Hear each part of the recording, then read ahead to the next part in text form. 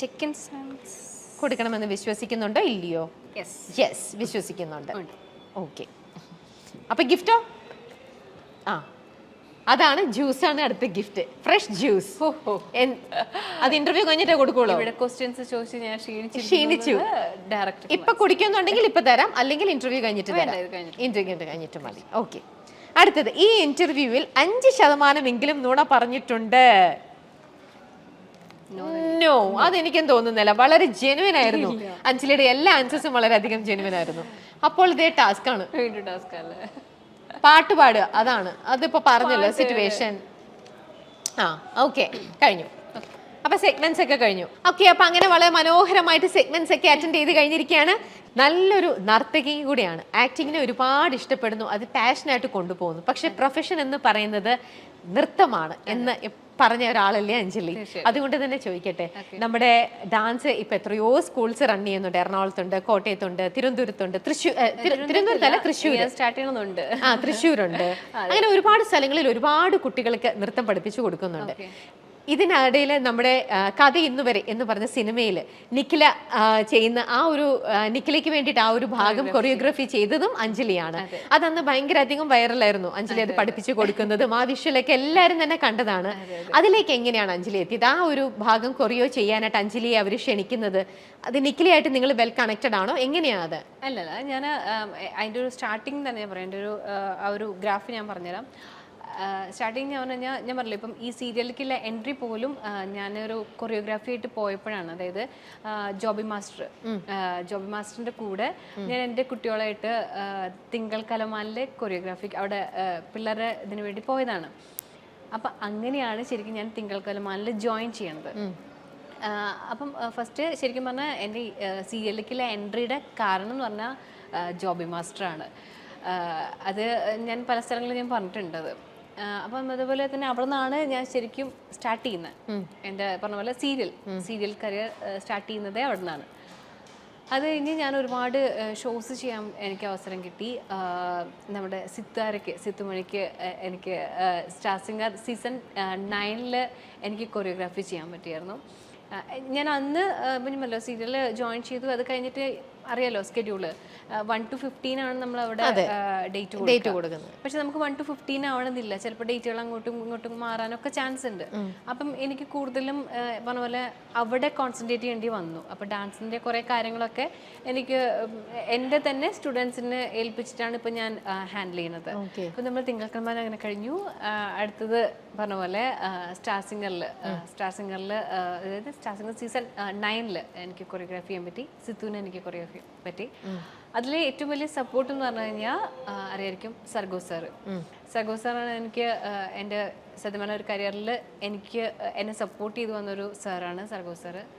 അപ്പം അങ്ങനെ എനിക്ക് സീസൺ 9 ഇതേപോലെ ചെയ്ത് തുടങ്ങി. അത് കഴിഞ്ഞ് നമ്മുടെ ഈ നിഖില വിമലിൻ്റെ അടുത്തേക്ക് മീൻസ് കൊറിയോഗ്രാഫിയിലേക്ക് എത്തുന്നത് എങ്ങനെയാണെന്ന് വെച്ച് കഴിഞ്ഞാൽ, എൻ്റെ ഫ്രണ്ടാണ് വിഷ്ണുവേട്ടൻ, നമ്മുടെ മേപ്പടിയൻ്റെ, അതായത് ഡയറക്ടർ, കഥയെന്ന് പറയുന്നത് ഡയറക്ടർ. അപ്പോൾ ചേട്ടനെ എനിക്ക് അറിയാമായിരുന്നു.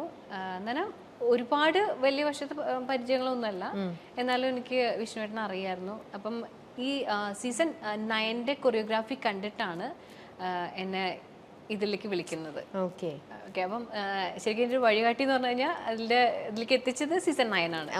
അപ്പം അതിലത്തെ കൊറിയോഗ്രാഫി കണ്ടിട്ടാണ് ഇങ്ങനെ വിഷ്ണുവിനെ വിളിച്ചിട്ട് പറഞ്ഞു ഇങ്ങനെ ഒരു സംഭവം ഉണ്ട്, നിഖിലനെയാണ് നമുക്ക് കൊറിയോഗ്രാഫി ചെയ്യേണ്ടത്, ചെറിയൊരു പോർഷനാണ്, കാര്യങ്ങളൊക്കെ പറഞ്ഞു. അതിൽ അഭിനയിച്ചിരിക്കുന്ന ബാക്ക്ഗ്രൗണ്ടിൽ ചെയ്ത പിള്ളേരും നമ്മുടെ ഡാൻസ് സ്കൂളത്തെയാണ്, കലാകളരീതിയാണ്. എൻ്റെ ഡാൻസ് സ്കൂളിന് പിള്ളേർക്ക് അങ്ങനെ ഒരു ഭാഗ്യം കിട്ടിയിട്ടുണ്ട്. കാരണം ചാനലിലാണെങ്കിലും ഏഷ്യനെറ്റിലാണെങ്കിൽ നമ്മുടെ സ്റ്റാർ സിംഗറിൽ വന്നിട്ടുണ്ട്, ഡാൻസിങ് സ്റ്റാർസിൽ ഞങ്ങളുടെ കൂടെ ഞങ്ങൾക്ക് സപ്പോർട്ട് ചെയ്യാനായിട്ട് വന്നിട്ടുണ്ട്. അപ്പൊ കലാകളരിക്ക് അങ്ങനത്തെ ഒരു ഭാഗ്യം കൂടി. പടക്കളം മൂവിയിൽ ചെയ്തു, അതിൽ നമ്മുടെ നിരഞ്ജനയുടെ കൂടെ നമ്മുടെ പിള്ളേർക്ക് ചെയ്യാൻ പറ്റി. എന്നെ സംബന്ധിച്ച് എനിക്ക് മാത്രം അവസരം വേണമെന്ന് ചിന്തിക്കുന്ന ആളല്ല ഞാൻ. എൻ്റെ കൂടെയുള്ള ആൾക്കാർക്ക് പോലും അവസരങ്ങൾ ചെയ്തു കൊടുക്കണം എന്ന് ആഗ്രഹിക്കുന്നത്. അതുകൊണ്ട് തന്നെ എന്ത് കാര്യം വന്നാലും ഞാൻ പറഞ്ഞല്ലോ, എനിക്ക് പറ്റാത്ത കാര്യങ്ങൾ ഞാൻ എൻ്റെ പിള്ളേരെ കൊണ്ട് ഞാൻ ചെയ്യിക്കാറുണ്ട്. അപ്പൊ അങ്ങനെയാണ് ഞാൻ നിഖില വിമലിന്റെ കൊറിയോഗ്രാഫിയിലേക്ക് എത്തണത്. പക്ഷെ അത് ഒരുപാട് എനിക്ക് ഇത് തന്നു കേട്ടോ. കാരണം ഒരുപാട് സ്ഥലങ്ങളിൽ ഇപ്പം ഇൻഡസ്ട്രിയിൽ നിന്ന് തന്നെ സിനിമ ഇൻഡസ്ട്രിയിൽ നിന്ന് തന്നെ എന്നെ ഒരുപാട് പേര് വിളിച്ച് സംസാരിച്ചിരുന്നു. പിന്നെ ഒരുപാട് അവസരങ്ങൾ വന്നു. പക്ഷെ എനിക്ക് ചെയ്യാൻ പറ്റാതെ വന്നത് ഇപ്പം നമുക്കറിയാലോ 1 to 15 നമ്മുടെ സ്കെഡ്യൂള് കാരണം നമുക്ക് പലതും നോ പറയേണ്ടി വന്നു. പക്ഷെ നിർത്തിയിട്ടില്ല, കണ്ടിന്യൂ ചെയ്തുകൊണ്ടിരിക്കുന്നു. അഞ്ജലിയുടെ ഓരോ കാര്യങ്ങൾ കേൾക്കുമ്പോഴൊക്കെ എന്ത് മനോഹരമാണ്. ഇപ്പോൾ ഇതിനകത്ത് നമ്മൾ പറഞ്ഞു പോവാത്ത ഒരു കാര്യം കൂടിയുണ്ട്. അരം പ്ലസ് അരം കിന്നരത്തെ കുറിച്ച് നമ്മൾ പറഞ്ഞു, പ്രോഗ്രാമിനെ കുറിച്ച്. പക്ഷെ അതിനകത്തുണ്ടായ ഒരു ഇൻസിഡന്റ്, അതായത് അന്ന് ദിലീപേട്ടൻ വന്നിരുന്ന ഒരു സീക്വൻസ് ഉണ്ട്. അന്ന് ദിലീപേട്ടൻ ഒരു അമ്മയ്ക്കും മകൾക്കും ഒരു സമ്മാനം കൊടുക്കുന്ന ആ ഒരു സീക്വൻസിൽ അഞ്ജലിയും അന്ന് അവിടെ ഉണ്ടായിരുന്നു അല്ലേ? പക്ഷെ ദിലീപേട്ടൻ അറിയുന്നുണ്ടായിരുന്നില്ല ആ അമ്മയ്ക്കും മകൾക്കും അന്ന് അങ്ങനെ ഒരു ഗിഫ്റ്റ് കൊടുക്കുന്നുണ്ടെന്നോ ആ ഒരു കാര്യത്തെക്കുറിച്ചൊന്നും അദ്ദേഹത്തിന് അപ്പോഴല്ലേ അത് അദ്ദേഹം അറിയുന്നത്. പക്ഷെ അഞ്ജലി ഇതിന്റെ എല്ലാം അവരുടെ യഥാർത്ഥ സിറ്റുവേഷനും കാര്യങ്ങളും എല്ലാം മനസ്സിലാക്കിക്കൊണ്ട് നിൽക്കുന്ന ഒരാളാണ്. അപ്പൊ അന്ന് ആ ഒരു ഇൻസിഡന്റിൽ അവർക്ക് അത് സമ്മാനം കൊടുക്കുക എന്ന് കണ്ടപ്പോൾ അഞ്ജലിയുടെയും കണ്ണുകളൊന്നും നിറഞ്ഞു. വളരെ ഇമോഷണലായി അന്നും അഞ്ജലി അല്ലേ? അതിനെക്കുറിച്ചൊന്ന് പറയാമോ? എന്തായിരുന്നു ശരിക്കും അന്ന് അവിടെ ഉണ്ടായത്? എന്തിനാണ് അവർക്ക് അന്ന് കൊടുത്തത്? അവരെ കുറിച്ചും കൂടെ ഒന്ന് നമുക്ക് പറയാം. എനിക്ക് അങ്ങനെ പറയുകയാണെങ്കിൽ ഞാനിപ്പോൾ അവർ വീട്ടിലൊക്കെ പോയായിരുന്നു. ആ മോൾക്ക് സുഖമില്ലാത്തൊരു മോളായിരുന്നു. അപ്പം വീൽ ചെയർ, ആളുടെ കാര്യങ്ങൾ സ്വന്തമായിട്ട് കാര്യങ്ങൾ ചെയ്യാനായിട്ട് അതിനുള്ള ഒരു വീൽ ചെയറാണ് ആൾക്ക്. അത് മാത്രമായിരുന്നു ഒരു ആഗ്രഹം ഉണ്ടായിരുന്നത്, അല്ലാതെ ആള് വലിയൊരു ആഗ്രഹമായിട്ട് വന്ന ആളല്ല. അപ്പം ആള് സ്വന്തം കാര്യങ്ങൾ ചെയ്യാനായിട്ട് അതിന് പറ്റുന്ന ടെക്നോളജിയുള്ള ഒരു വീൽ ചെയർ ആയിരുന്നു ആളുടെ ആഗ്രഹം. കാരണം അവർ വീടൊക്കെ നമ്മൾ പോയി കണ്ടായിരുന്നു, ചെറിയ വീടൊക്കെ കാര്യങ്ങളൊക്കെ ആയിരുന്നു. അപ്പം ആ കുട്ടിയെ അങ്ങനെ ഒരു ആഗ്രഹം പ്രകടിപ്പിച്ചു. പക്ഷെ ഒരിക്കലും അത് നോ പറയാതെ അല്ലെങ്കിൽ അതിനെന്ത് ചെയ്യാൻ പറ്റും എന്നുള്ളതായിരുന്നു ഞങ്ങളുടെ സംഘടനയുടെ ആത്മയായിരുന്നു അരം പ്ലസ് അരം കിന്നരം ആ ഒരു ഷോ ചെയ്തത്. അപ്പം അത് ഇപ്പോഴും അതെ, എന്ത് കാര്യങ്ങൾ വരുമ്പോഴും ഞാൻ കണ്ടിട്ടുള്ളത്, ഞാൻ ആ ഒരു സംഘടനയിലെ അംഗമാണ്.